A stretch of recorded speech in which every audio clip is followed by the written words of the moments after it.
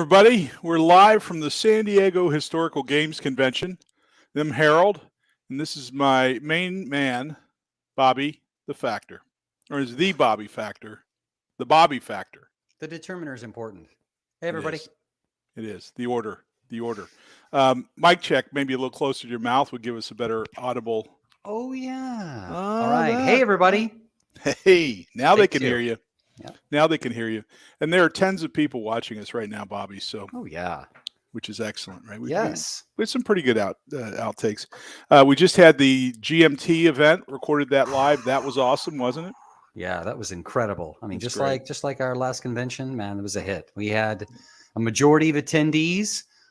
We're all at Inside GMT night, and a lot of reveals, a lot of interesting info, a lot of games to look forward to. Yeah. Mark Miklos was dressed in a American Revolutionary War uniform. Oh, he looked outstanding. He's awesome. Great. I love Mr. that guy. Enthusiasm. Mr. Enthusiasm. Love and he talks about his games as if he were in the battle. Oh, yeah. Which concerns me to some degree. It concerns me, but frankly, I love it. And he's been doing this. He's talking about, I guess, P500ing the White Plains game, which is the 10th game in the series. Yep. And then he mentioned something about an 11th. And also the small bore series, right? Focusing on small but very decisive battles of the AMRAV. So, wow. But I mean, lives and breeds bore, and you can't say enough about a designer who just really is dedicated to a single series. It's awesome. Yes. Speaking of designers, we've got two great designers with us this evening. So first, let me introduce Akar Bravage. How are you, Akar? Hey, how's it going, Harold? Hey, Bobby. How's it going? Good to see you. So if there's anybody that doesn't know your name at this point, I'm going to let them know that you are the first place winner of the Zenobia Award. Yep. And with a fantastic game called Tyranny of Blood. And I look forward to talking about that this evening. But great fun, very interesting, big bite. And anyway, I just will more to follow on that, Akar. I'm also going to introduce our other guest, who is a regular here, and of course, it's the great John Butterfield. Hello, John. Good evening. Good evening to all of you. Yeah, great to see you, John. You were at the GMT event. I saw you there, and yes, you're working on a game that is something that Chad Jensen was working on before he passed. That's right. That's Downfall. Chad started that many years ago, and it went through several iterations before he arrived at the innovative solution that it is now. But unfortunately, he did leave it unfinished, and so with his wife Kai and with the help of the GMT team, we're completing the design and going to see that get published. That's great. That's great. And Mike Berticelli and his crew are playing the game as we speak, I think. Yes, I've been dropping in on that. They're playing it on Vassal kind of throughout the con. Yeah. Mm. And I did a little demo game in a presentation earlier today with Bruce Mansfield, he and Jason Carr are the developers of the game for GMT. Mm. And just so you're aware, I hate to be the one to tell you this, but Mike said that they're a little intimidated when you come into the room. I know. Yeah. I tend to see what they're doing. It's like, why the hell are you doing that? So I got to remember it's actually kind of a play test. So I have to put on my play test hat, sit back and see what happens.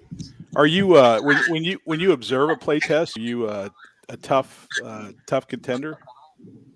I mean, you mean when I play or observe? No. When somebody else is playing a game that you're testing, do you critique their actions? Do you? Laugh? I used to passive aggressive.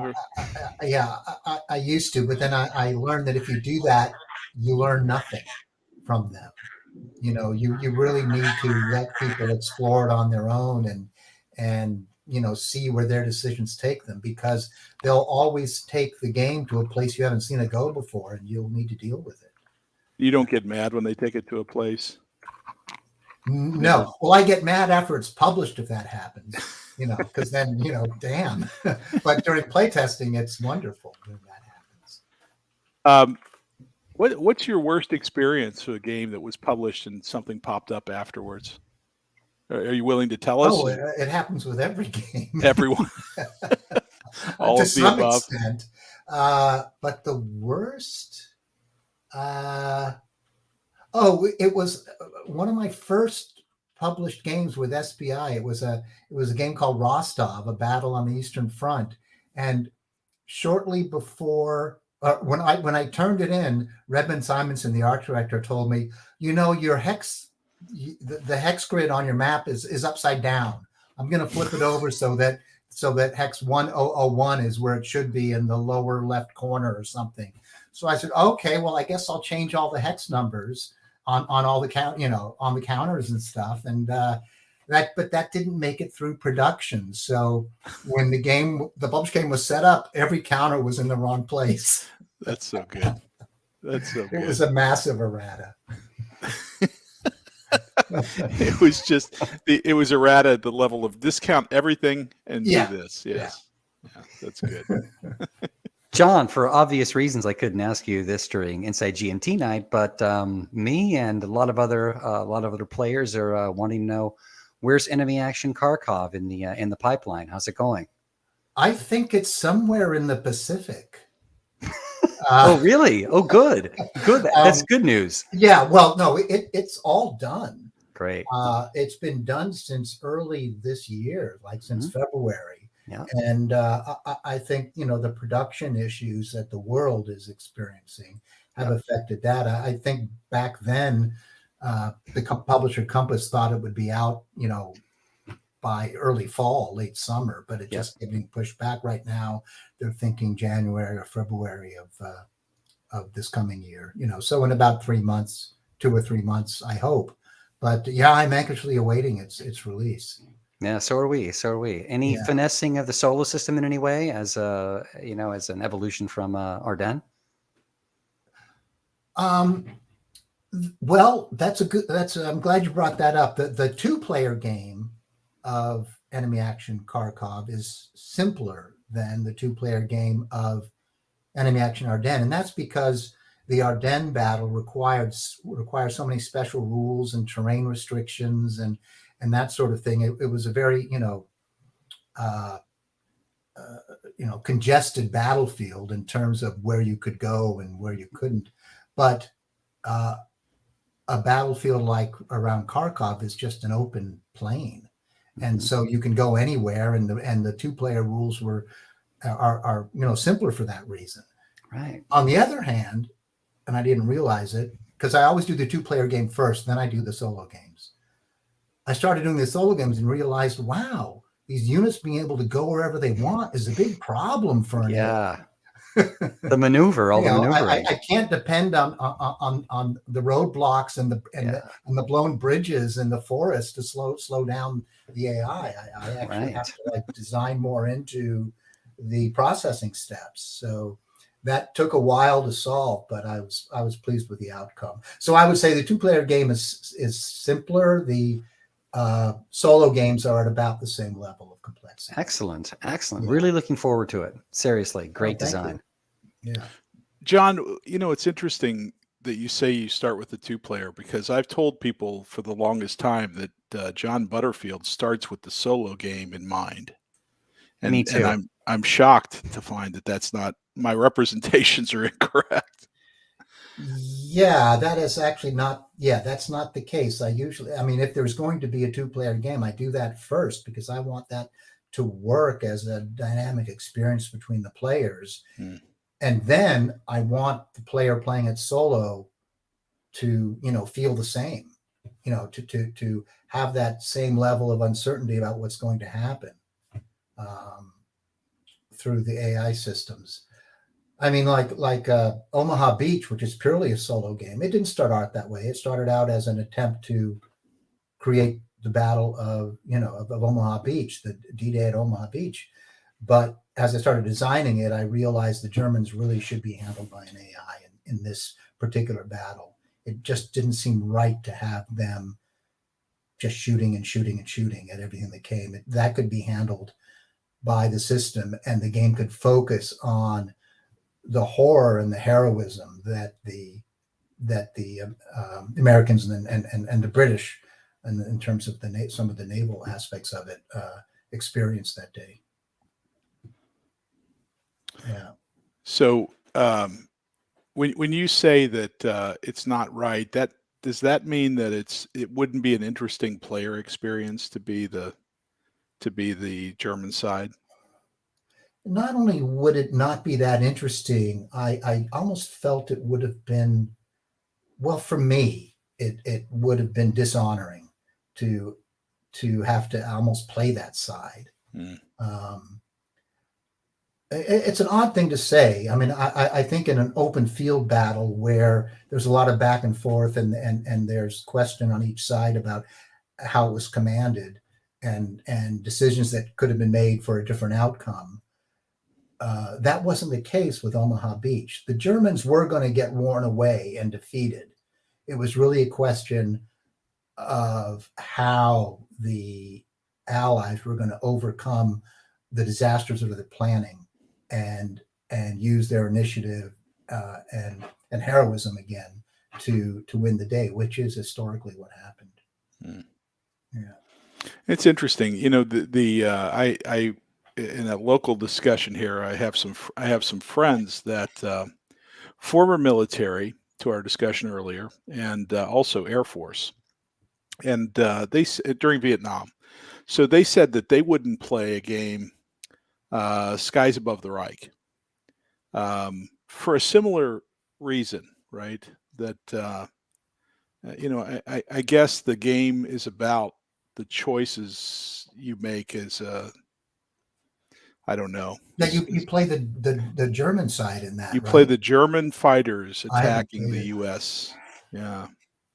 I guess it's a different issue though, because I'm unlikely to play that.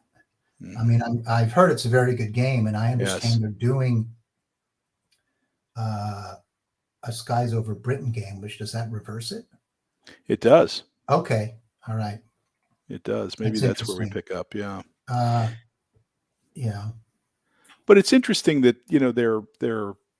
that we all have a line somewhere where this representing a side in these things we call games, which are terrible names, I think, for many of these things, especially in that there's a line somewhere. I've met someone that won't play the Germans in any game, in any World War II game. And I find that's interesting to me. I get it and I respect it, but it's an interesting choice. And then, of course, unfortunately, there are people on the other side that would only play, the Germans for whatever reason. But it's interesting that you say that, because I'm doing some work on an Operation Market Garden game, and for that I got this book called It Never Snows in September, which is the German view of Operation Market Garden. And I know it's been out for a while, but I hadn't read it yet, so I started reading it, and I stopped. It disturbed me too much, because the at least the voice in the book seemed almost sympathetic with the German cause. It's a difference between being sympathetic with the soldier, and their perspective. But I don't know. For me, this went a little beyond that. Interesting. So I stopped reading it. It's interesting, and there's a friend that I play games with that has a German lineage, and I've become more sympathetic and understanding, right? That frankly, on both sides of the war in World War II, there were human beings, and as soldiers, trying to survive and do what they thought was right. But it's interesting that there's that we carry that influences us in some way, isn't it? After so many years. Yeah. So Akar, if you don't mind me asking you a few questions, Sure. is there sensitivity in the Indian community, either outside India or in India, about the history and the discussion of castes? Yes. So that's it's a very touchy subject, and I've had very good friend of mine told his mother that I was making this game, and she seemed very upset about the whole idea. And so that kind of gave me some pause and started making me think that I might need to prepare a response to some of these things. I think there's a lot of like complexities to the discussion about caste in India. A lot of people kind of deny that it still exists. A lot of people deny that it ever existed beyond a certain extent. There's also an argument that I think is misunderstood, which part of the argument I make in my game is that under British colonialism, caste became a much stricter system. And I think some people, and that argument for me means that it was a response, that the local people responded in a way that they felt a loss of power above them. And so then they turned below them and kind of oppressed the working class a lot more. But that argument's often extrapolated and kind of abused to say that the British invented caste, which is an insane thing to say. Caste as a concept is like, I think 4,000 years old at this point. And it varied a lot depending on region, depending on time, but it's pretty clearly like an oppressive hierarchy, regardless of where it was. And so I think a lot of people want to diminish that history. And especially now, I don't want to get political, but there's a lot of stuff going on in India, a lot of nationalism. And I think there's people are revisiting history, especially in reaction, as a response to dealing with the West, as a response to dealing with Pakistan and with Islam broadly. And so there's a lot of revisionism going on right now. So it gets kind of ugly sometimes. Yes. Well, not unlike, I guess, in some examples in the United States as well, right? Yeah. I mean, we're going through our own reexamination of history and understanding, and recognition of biases. Yes. So Definitely, I think the medium is part of the issue. If you had said to whoever objected to a game about the subject that you were writing a book on the subject, I don't think that would have gotten the same negative response. Probably. And I don't know that, I think people misunderstand what a board game is. They think, it's Risk or Monopoly with a controversial theme, but it's like, no, this is actually an exploration. There's depth, there's nuance, there's complexity, and there's emotions. If you do bad things to another player, I want you to feel bad. Like, that's part of the game. And I think gaming does a good job of building empathy and helping you understand history. And that's kind of been my main goal. Part of our challenge is the word game means so many things, right? Right. I mean, I think even Dunnigan said, it's horrific that we call these war games. And so, I mean, there's been a move to call them like conflict simulations or all these other terms, but those also don't sound very fun to me. So.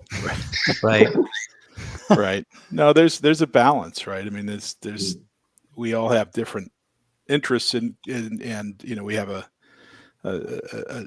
gear shift that moves from one extreme to the other, and one extreme might be fun and the other extreme might be interesting historical position, and we're all some different point amongst that. But John, when you do a game, John, are you thinking about the historical or are you thinking about a system that would be elegant and interesting to play or fun to play? Is there a place you start?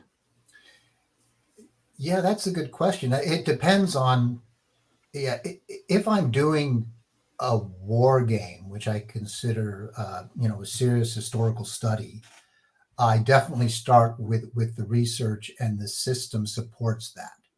The game system is then designed to support the thesis being made. But a game like Space Corp, which is kind of a light space exploration and development game, there I really started with what would fun mechanics be? What would be fun to do? How can I create a card play that's very fast and gives, makes the player turns very short and quick and keeps the game moving? It was much more about the play experience. So it depends on, the intention going in. Do you think there was a difference between, talking about history versus talking about kind of future speculation? Like, do you think did that play a difference in it, or was it just kind of the game themes more broadly that made that difference? Yeah, I think when you're speculating, I think you can definitely think about system more, because you're not basing it on, you don't have to create a model that is true to history. The model is it's your own world, right? So that world can behave however you want it to. I've been thinking recently about why won't I design. When I was like in my 20s, I would love to have designed a Age of Exploration game, Columbus and the explorers and all that. But now the prospect would frighten me, because every explorer is going to come in touch with an indigenous population, and they deserve as much as the explorer, or even more so, to have a voice in that game. And I don't think that, I don't know how to handle that as a game. So I've stayed away from it. Well, in that case, though, you're handling it really well, right? I mean, the expansiveness of our perception of history, right, since you were 20 and since I was 20, has expanded well. Yeah. History has done its job on us. And, maybe, pulling back from designing that game is, exactly what has to be done, pulling back until. So I move into space. So, if I move into space and exploring and you meet aliens, and, you can kill aliens. That's no problem. Which is odd, right? The theme is extended. I don't know if you all read the on Space Biff had a very interesting article about greenwashing, about the use of greenwashing. So I haven't played the game, but he was referencing a game called Australia by Martin Wallace, I believe. Mm-hmm. And it basically tells the history of European settlement in Australia, but it replaces the indigenous people with zombies. And so, oh man, it's based on what's the guy's name? Horror writer, Stephen King. No, the Cthulhu. Lovecraft. Lovecraft, yes. So I think it's based on Lovecraftian mythos, which again Lovecraft wrote kind of allegory for xenophobic ideas. So, yeah. Right. So I don't know. The article, it's worth a read. I think it was kind of.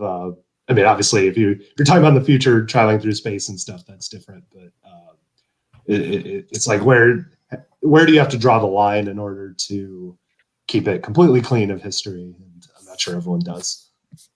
You're right. I mean, and funny, right? I mean, when we're playing games about exploration or extermination in space, right? I mean, there's no holds barred, yet it's the same historical model, right? Like minimizing another group. And it carries over and we let it wash over us, which is kind of an interesting take. But it seems like that cycle continues, when you can eliminate aliens because they're non-persons. Mm-hmm. So it's funny how we're just able to let some of that go. But, this is just something else that'll be tackled, 200 years from now at another virtual convention. It's very, very interesting. Very interesting. But that's Robert, what's your game.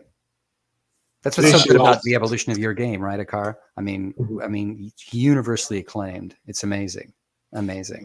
Yeah. I just want to ask you one thing. When is the solo module coming out? It'll be at least a year or two. What? I mean, I played it solo. You could just try to knock out that part of your brain that remembers things. But right. Bad short-term memory, it's fine. Yep. Robert O. I suspect it's Robert Orr, but just because you design or play a game on an ugly subject, it doesn't mean you endorse or embrace the ugliness. And I think that's true, right? That's I mean, to some true. degree, we need to have. I mean, we can't all panic and pull out of every subject that deserves some interesting analysis. I'll tell you a story, but Flashpoint South China Sea, it goes to print anytime that Jason Carr and I finish the last few details. We get it off the printer, but that system lends itself really well to U.S.-Chinese competition somewhere, right, where there are surrogates. So I thought Venezuela would be the perfect place to do that, right? So we'd have this game about Venezuela where the Chinese and the U.S. are competing for influence versus the government, right? And so the government then becomes the enemy of the U.S. at this point, as does Venezuela. Yes, it is now, right? As is the government of China. And basically, the U.S. is cutting them off as best they can from any economic benefits of trading with the world. And the Chinese and the Russians are happy to go in; they don't care. But other countries are influenced by the United States. But what it means is that the end game is a failed state, right? The U.S. is pushing Venezuela to a failed state, and as I sat and thought about that and started a model, and I have a hierarchy that gets us to that failed state, I said, this is kind of gross. I'm not sure that I want to play this or model this, right? And so there's a difference, I think, between not doing something because we think we're bad, or just I don't want to spend my time modeling a failed Venezuelan state based on U.S. influence in the region. You assume that's the only outcome? Well, John, I'm sure there's a more complex or a more sophisticated model, but simply put, the U.S. and Chinese competition right now, the U.S. side is trying to cut off economic opportunity in Venezuela. And, I must admit I don't really know much about the issue, so. Well, and that's the argument for it, right? The argument for it is that we don't all think about it that way. We think about the Chinese influence and we think about a crazy government in Venezuela, and at face value, the U.S. Compelling other countries to stay away from Venezuela sounds okay, but when you really think about what that means and how it plays out, I think I'm not sure I want to spend my time there. But I don't know. That's part of it. So what a downer, Bobby. I've taken us down this terrible road. Don't get down. There are plenty of other games to make. You can move on. You can move on. Plenty. There are plenty of other games to make. That's true. There are. I mean, look at the designers we've had at this con. I mean, John, Harold, and I mean, we're older than you, Akar, right? I would assume. But I mean, I considered myself lucky 35 years ago to have some amazing games, but the scope of them was very narrow. Now it's still a virtual renaissance to many of us. Yeah. So the future, no matter what, looks really bright for anybody that loves board games. Yeah, I feel like there's more games just in the coin series than I would have thought. Yeah, exactly. Right. Yeah. So Carr, how did you start what got you started designing this particular game? And I guess my second question is, what is the meaning of the title, Tyranny of Blood? Is that a reference from somewhere? I'll answer the second question because it's faster. It is not a reference. I brainstormed a whole bunch of different names and started thinking about kind of metaphors for the cast system and thinking about kind of a pithy way that would come off as exciting, and that and I came up with maybe a dozen names and asked my friends which one appealed to them the most, and that was the one that won. So Tyranny of Blood, just blood meaning kind of the genealogical definition rather than the literal one. Just the one I wanted to name it, which no one liked, but I wanted to name it Ladders and Snakes.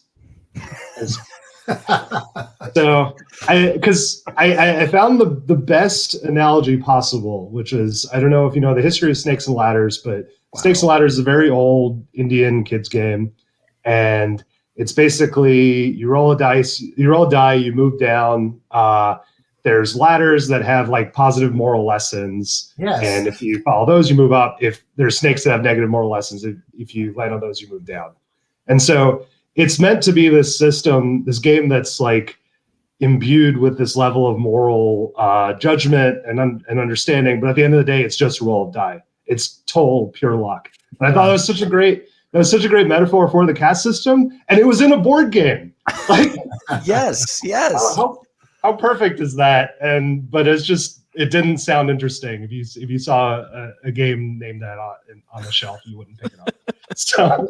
Well, Snakes and Ladders was whitewashed for at least American consumption. Here it was called Chutes and Ladders. Right. But it was the same game and had little illustrations at the bottom and top of every one of those ladders or chutes. Something, some good behavior by a child or bad behavior by a child. Yep. But it was like a 1950s version of good and bad behavior, which was, if they designed that game today, the behaviors would be a lot more extreme. Well, compared to like a 1,500-year-old Indian version of what's good and bad. True. Well, the Zenobia Awards team of IP attorneys definitely thanks you. Sounds like you made a good choice on the title. I still use the logo for the game is still a snake and a ladder intertwined. Right. So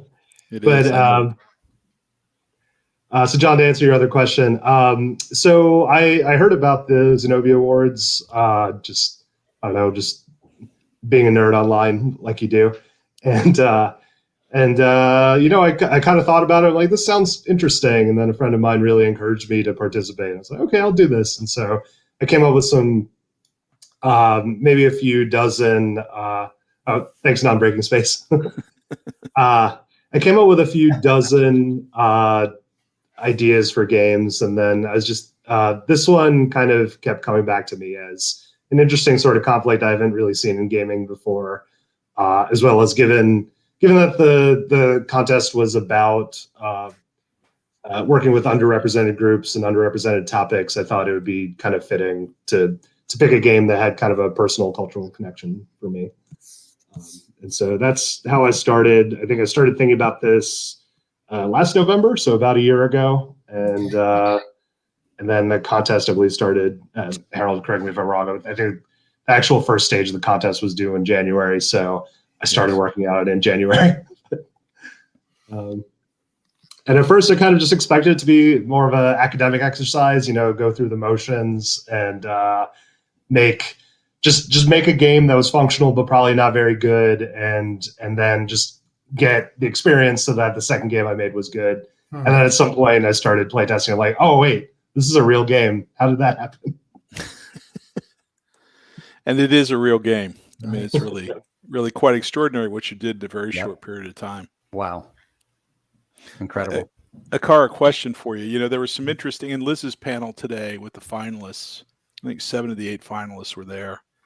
There was some really interesting discussion about the constraints of that the rules that the rules of the competition put on you, and frankly, I did this. I got to tell you, I've been awakened 20 times through this process, but I didn't really think about those. Every competition has to have some constraint, right? We have to have some qualification, and it can be very broad or can be very fine. And we made those decisions. For example, playable in 2 hours, those sorts of things. Because we thought that would make it something that we could test, and also something that would be fairly marketable, and a host of reasons that we did it. But the good news is that you don't have to you're not constrained by those anymore, right? So you have a version that was appropriate for the Zenobia Award, but at some point you may change things, and that's expected, and we hope you do that, to your heart's content. But without those constraints, and I know that the award was probably something that motivated you to finish finish a design. But without those constraints, would you have gone a different direction on this particular project? It depends on the constraint. I mean, so I like writing a lot. I haven't done it much recently, but I always used to joke that a blank sheet of paper is the most terrifying thing on earth. So it's kind of nice to have these constraints. And, if you write poetry, you have the constraints of meter and maybe rhyme. But I think constraints are important, and I might have found them frustrating occasionally, but I think at the end of the day, I don't know that the game would have been as good otherwise. And I certainly don't think I would have gotten it done, especially for the time constraints, which I think were the most constraining parts. I think I was very, very stressed out at points, but if I didn't have that thing lighting a fire constantly, I don't know that I would have gotten it done. And in terms of time constraints, I think if I didn't have strict time constraints, I probably would have made a 12-hour game, and then playtesting that would have been miserable. So I don't know. I mean, you should talk to some of the other contestants as well and see if they agree with me on that. But that was just my take on it. Yeah, we're all going to have different perspectives on that. When I do my little designs, I've done there are implicit constraints, some that I really don't think about, but there's a marketability constraint, right? That you think about. There's the constraints of the publisher. I remember Cole Worley was talking about his first version of John Company and had how it could only weigh a certain weight because in the post it would have cost much more over a certain level, and then we have the constraints of the box size relates to the map and what's in it. I published through GMT, and GMT hasn't done a miniatures game. So if I wanted to do something with miniatures, I would have to go somewhere else. I don't want to go somewhere else.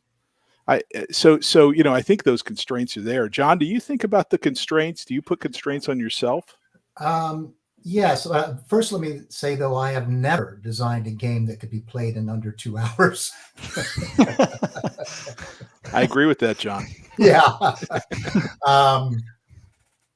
Well, maybe I don't know. I can lose. A game called Dawn of the Dead. I think you could play that in 2 hours. Oh, there we go. Yeah. But in the early part of my career, when I was at SPI, there were definitely constraints put on you. Like if you were designing a game for their magazine, you had 200 counters and a map that was 22 by 17 and no more than 16 pages of rules. Right. And that was there. And that was actually, fantastic because it gave you a boundary and kind of kept you honest the whole time. But now, since I'm doing this entirely kind of at my pleasure, I do have constraints though, but they have to do with marketability, as you said. And, I have an audience in mind, and what I think they will enjoy and I will enjoy becomes a constraint. And if it's a historical game, there's definitely, what is it I have to say about this subject, and how do I want that to come across in a play experience? So they're not so much physical constraints, but creative constraints, I guess you would say. Having said that, I'm also, conscious of the weight. When I was doing this expansion for Space Corp, it's just a whole stack of cardboard displays, and there are 16 of them, and it turns out that weighs a lot. And it's just supposed to be an expansion, and then we decided to make a constraint that we wanted the buyer of Ventures, if they wanted to take the stuff out of the Ventures box and fit it into their Space Corp box, so they could have it all in one box with the original game. And we barely succeeded. Ooh. It was close. It was very close. Yeah. 9.5. I think some people will need a rubber band around the box, so it doesn't. Yeah. It weighs in at over 9 pounds. Physical constraint. Heavy game. It was a heavy game at the outset. I mean, just the original Space Corp was amazing. What's the site? There's a channel called Heavy Cardboard, I think. That's exactly what that is. Yeah. And then you add adventures. Wow. I like handing it to people saying, these are the types of games I like. And I say, that's just the rules. Very heavy. And by the way, about your 2 hour, you've never designed a game that you can play in 2 hours. I can lose D-Day at Omaha Beach over and over within 2 hours. Well, that's true. That is true. No problem. Yeah. And why? People complain to me about that. Come on. Really? Yeah. You've got a nice brief game experience. Exactly. But I got slaughtered. Well, try again. Yeah, exactly. It's part of the great experience of it. Love that stuff. That's pretty good. So, John, I've got I did a S&T game. Yes, the Campaigns of 1777. I played that game and really liked it. Oh, you're very kind. I appreciate James that. Terry and I played that at WBC. I really liked it. It was good fun, and I had a friend that is no longer with us, but was a big fan of SPI and strategy and tactics, and so it was kind of an homage to him. But it was going through that experience of the constraints was very interesting. But one of the constraints they put on me was, you've got to use our map artist and counter artist. And I said, well, I don't want to do that, but if I can get another artist that you would probably accept that will work for your rates, would you allow that to happen? And they said, well, show us who it is. And of course it was Terry Leeds. Oh, wow. And so the map is beautiful in that game. Yeah, it's incredible. And so then I went to Terry and I said, Terry, I know this isn't your scale, but would you do this for me as a favor? And he said, absolutely, we'll do it. And then I supplanted his compensation so it was fair to him. But that was one of the constraints that was put on me. The counter constraints are very interesting. And I agree. I found it nice. I found it refreshing to not have to worry about, how big could this be? Yeah. Do you know what tends to make you think if you needed some counters to show a status or something, but you don't have enough, well, then what can I do instead to convey this status without going to a counter? And then it generally makes the game more elegant. I agree. And I had an old boss, had nothing to do with games, but he used to say that there's great innovation under stress. I think the stress of the constraint does force some innovation. Absolutely. Did you a card? What are your number of pieces? Can you remember your number of pieces for? I think total pieces. It's not that piece heavy. Maybe like 50 or 75 or so. It's I don't know. I used for my physical prototype. I kind of ransacked an old Settlers of Catan set I have. And, there you go. So I think, probably like maybe 20, 25 pieces per side. So it's certainly under 100. Right. Well, what did you ransack? I'm sorry, I missed that. Settlers of Catan. Oh, sure. So I just had a bunch of houses and roads and such. Yeah. So a few years ago, when I wanted a bunch of little cubes to use for some of the games I was designing, I went on eBay and bought old copies of Risk, because in the old days Risk was all wooden cubes. It wasn't plastic pieces, and it would be like 200 cubes that came in its own little clear plastic box, and there were like 7 colors it was fantastic, and you could get these used copies of Risk really cheap on eBay, much cheaper than sourcing wooden cubes. So I got like 3 copies of Risk, and now I have thousands of little wooden cubes of any color I need. That's pretty good. Yeah, now eBay's just gonna be there's just gonna be a run on old copies of Risks on eBay. Done. Yes, I was just thinking about that. I was gonna see. I might look up. Yeah, but you got to be careful. You got to get the right years, because if you get later years of these crappy plastic pieces. Right. No, it's the same as Diplomacy, right? Diplomacy in the early days had those great wooden pieces. Right. And that's that's how I remember playing it as a kid. I can't play these plastic I still have pieces. my copy. Yeah. Wooden cube somewhere. That was my first war game, actually. Diplomacy playing. Right. Yeah. We played it a lot when kids. I played a lot in high school. Yeah. Yeah, lost some friends. Yeah, of course. I don't know that bothered me. You know, that's another thing. I couldn't. I didn't have many friends to lose, John, so I couldn't afford that. But you know, it's interesting that diplomacy bugs me now. That this I'm going to have to lie to you at some point, and you and I both know it's coming. Yeah. Right. It bothers me more now than it did when I was younger. And I don't know why that's the case, but that's another sort of a gamey thing that kind of bugs me. Right. Would you play diplomacy now, John?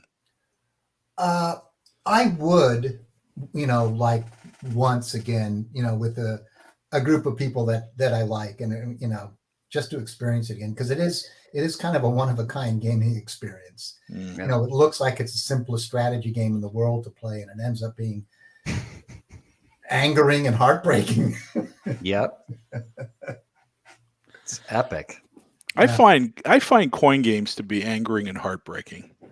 And it's probably my play style, but it just seems like at some point I make the fatal mistake of being ahead at some point. Oh yeah, then you're doomed. Then all three of them do everything they can to pull you down, and you're just completely disabled. They pull you completely out of the game, and it hurts my feelings. I carry that with me. I remember, John, so don't ever try it. Okay. I have a long memory. All right. Yeah. Which tells you that you have to keep him completely in last place the whole game, all the time. As a kind of reverse of that. That's okay. The way to handle him. Yeah, he'll be just fine. Will not complain.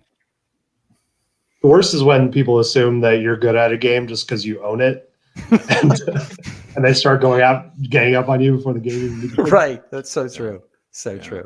Yeah. Well, it's really embarrassing when you're the designer and you just are constantly getting beaten at your own game. One of my primary playtester on Downfall and on a couple of other games I'm working on is Bob Heinzman. I don't know if any of you know Bob. He's he goes to WBC and he's done a lot of playtesting, and I'm just whining when he playtests with me because wait, but we got to redo that because but then I let him go because it's good to have someone playing at a high level. Yes. Yeah. Absolutely. For sure. Yeah. The only gamer I've ever heard that's good at their own games is Mark Herman. And the reason I know that is because he told me. So yeah, that's true. I think that's probably the case. I always enjoyed gaming with Mark. I mean, we had some great fun doing that at SPI and at Victory. Loved playing Civilization, the old Avalon Hill game, the board game, not the original board game, not the one based on the Sid Meier video game and all that, but the original board game was, quite really enthralling. It was great fun to play. Multiplayer, lots of trading. Yeah, and even if you were getting squashed, you were still in it because the core of your civilization was still intact. You just had no people left. Right. You still had your kind of technology and your attributes. You're also hoping for a catastrophe to hit every other faction, right? Yeah. That's your hope. Your hope is just, I hope something terrible happens to everyone. So true. Yeah, what a great game. Akar, I know there are plenty of games that John Butterfield has in his head, and there'll be more to come in the years. So you've already out of the gate developed a pedigree for fidelity, elegance, nuance with Tyranny of Blood. I mean, do you foresee, entering this cosmos of game design in your future? Yes, absolutely. Very kind words, by the way. I've been. I have kind of a list of other game topics that I've been. Now that I have time, it's like night and day now. When after the contest ended, it's like, oh, now I have time. I can actually sit and I can spend a couple months on research, and I can kind of take notes and map this out. So I definitely have that. I need to learn how to multitask and have two games going on at once, but we'll see. Right. I'm sure that'll happen soon enough. Well, I'll just say I know Harold may have mentioned it to you, but I wasn't able to judge your game. But from the SDHistCon team, we feel blessed that you came to SDHistCon, brought your game, spoke with everyone. Epic. Really, really great to have you. Yeah, thanks for having me and all the other Zenobia finalists that are here. I mean, SDHistCon, I've wanted to come to this for years, and I wasn't able to come until last year when it was virtual. Yeah. Oh, cool. I live on the East Coast, so it's kind of a trek for me. But where do you live, Akar? I live in the DC area. Arlington, Virginia. Mm-hmm. They actually have airplanes, Akar, that fly from DC to San Diego. So, interestingly enough, I splurged and I went to the GMT weekend at the warehouse this year, kind of as part of a broader trip to visit friends and family. But I'll have to do more of these things as cons return. It's fun, as you develop a little bit of celebrity. It's fun. I like that. If WBC is able to start up again, that's not too far from Washington. Have you ever? I've never been. I wanted to go last year, but they canceled it. But it's a great event for open gaming, and it's really good. Yeah, I'm planning on going to PAX Unplugged next month. That's not so much of a historical game focus, but it's still a lot of fun. Yeah, cool. Well, hopefully more will reopen. I mean, how did you like attending a virtual con? I mean, it's got its place. Obviously, it's not as it's not as wonderful as a face-to-face meeting, even with masks. But was it enjoyable? I mean, have you taken any? I mean, obviously, last time you must have gone to other events instead of having to prepare your own, etc. Have you enjoyed it? Yes, it's been a lot of fun. I think so. I mean, this is my third. I did the spring deployment as well, and each one's been kind of different. I think the first one there was a bit more like actual play, but I think last time I just did a lot more demos, and that was also fun. And then this time, obviously, I was actually participating, so that's been different as well. And I'm friends with all the other Zenobia finalists, so we've been just kind of talking to each other the whole time about how our demos have gone and such. So it's been fun to see it from this angle as well. Also, from a comms perspective, thanks for remembering the branding on spring deployment. We like that stuff. Well, just because here I stand reference. Right, exactly. So you've made Bobby's day. Yeah, I didn't come up with it, but our tech guy did. But yeah, I enjoy that you just whipped that out. Love you, man. That's nice. Yeah. So good. That's so good. John, have you enjoyed? I mean, you're always presenting. I've been blessed to see you at PacificCon a couple of times too. A local convention. I live sort of near John. But I think how have you enjoyed one locally here in January too, isn't there? Yeah, I mean like DundraCon and no, I mean this coming January there's some kind of war game con here in Sacramento. Mark Bergerio. Yeah, that's right. That's right. But what were you asking? I was simply asking, how have you enjoyed the virtual con experience? I know you're always presenting at them, but I see you pop in from room to room. I've enjoyed that. It really does feel like there's virtual rooms to go to. The schedule is separate though from the actual, from the Discord environment. The schedule where you can click on it and see what the event is about and all that. That's on a website somewhere. Right. So I find myself bouncing back and forth, but nonetheless, I do drop in on several things.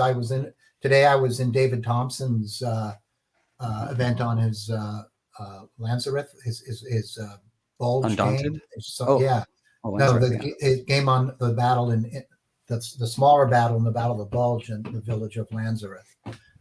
And that was very interesting. And I drop in on things when I can. I don't tend to sign up for things in advance except my own because I'm not quite sure how much energy I'll have between presenting my own stuff.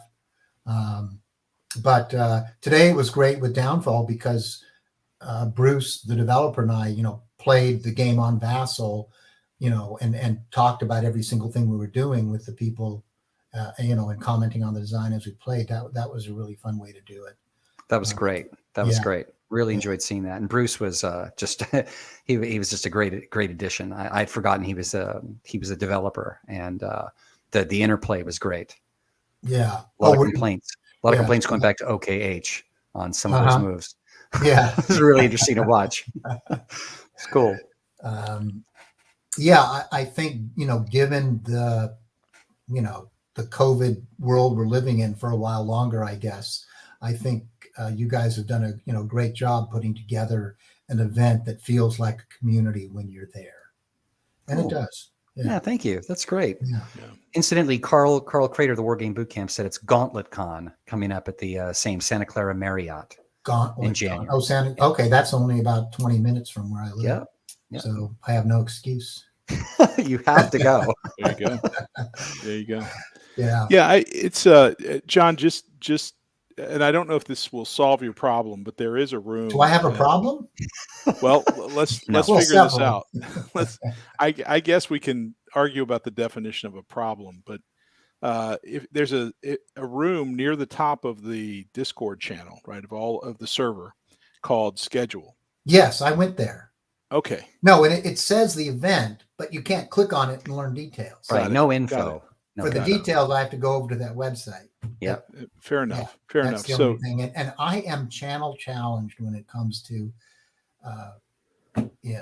between all the different social media channels and all that. And I should complain. I work for Facebook for 9 years. I know. It's like, I should know this stuff, but if you come from the metaverse, you should be able to do it. Yeah. Right now it's meta, but but I'm retired now, so I don't want to have to actually, think. Yeah. Well, we'll help you with that, but it's going to cost you more than $10 a convention. Okay. Yeah. We have suitable surrogates.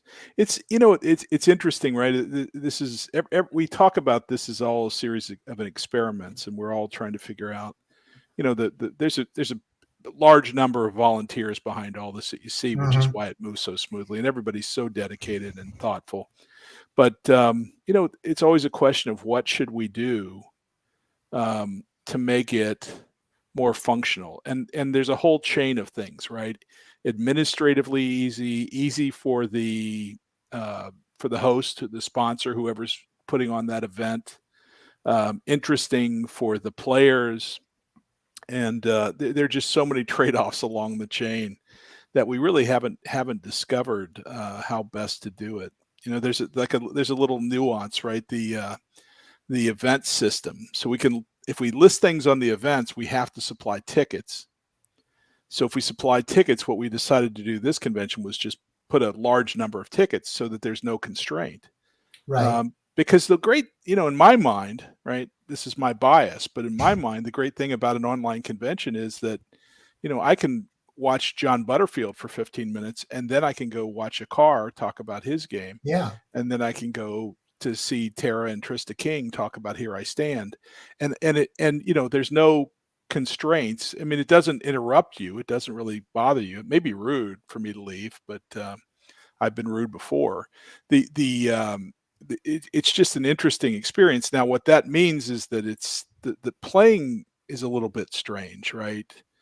How do we create events or find people that want to play a game during the event? And so, Carter, to your point, we've done less of that because it's just weird. It doesn't, where you have hundreds of people that may watch something. Do you have a different class of event ticket where those 2 or 3 people can buy the seats? And when I say buy everything, we don't believe in charging for those tickets, but and then it's a fight for first come, first serve, which is sometimes a disappointment. And then, John, you had an experience at the last convention, as I recall, where you had a group of people, as you always do, a large group of people watching your event, and you asked people to volunteer to sit in the seats to play the game, and you couldn't fill the seats. Is that right?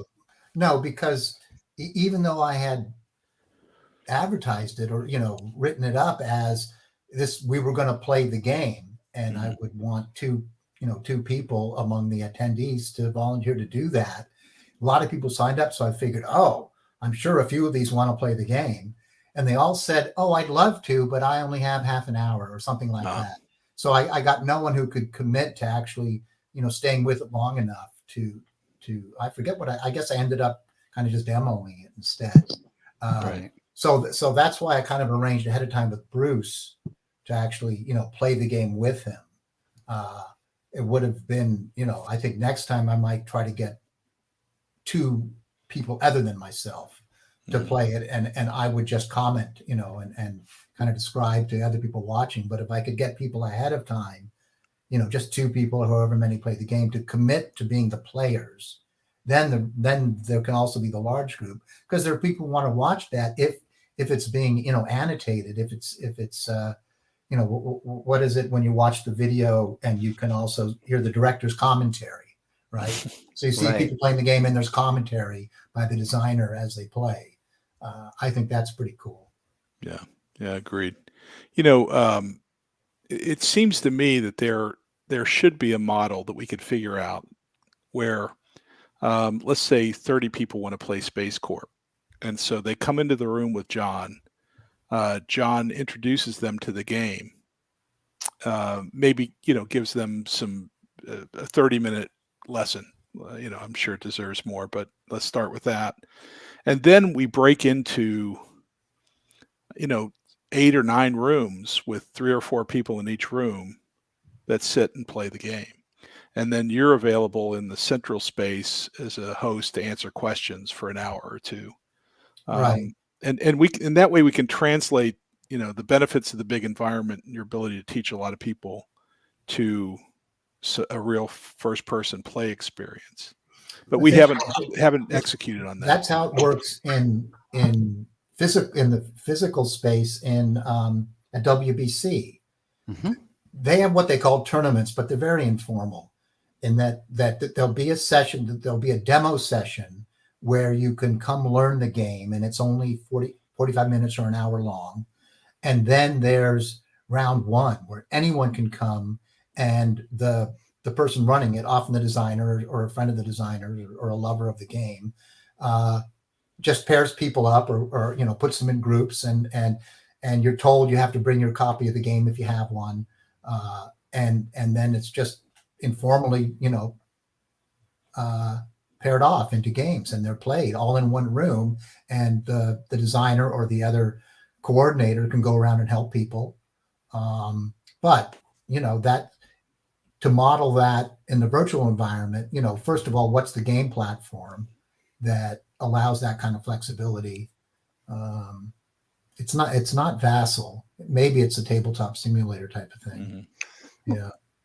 It's beautiful. The WBC model is really beautiful in that there's no scheduling necessary, right? All you need to do, as an event organizer, you need to say that we're going to play Space Corp and we're going to play it in this area, right? But nobody needs to sign up for anything. They just show up, right? And the other interesting thing that doesn't apply to online conventions, but the other interesting WBC thing is if you definitely want to play a game, then you should have it under your arm, right? If you bring the game, right, you're guaranteed a seat. Right. Which is kind of cool, but it doesn't matter here, right? It's even better here. You don't have to have that. So, right. There's some real big benefits to that if we could ever get it to work, but we haven't. Now, Pratik points out, of course, that we have a coin fest. So we had a coin fest where we had a set number of seats that people could sign up for. And we put them in those seats. Were the games on Vassal, or what were they on? It was Vassal and TTS. Bobby, we used Vassal, I think. It was all Vassal, and just as Pratik's mentioned, it was billed as a players event, right? You were coming, you were going to play.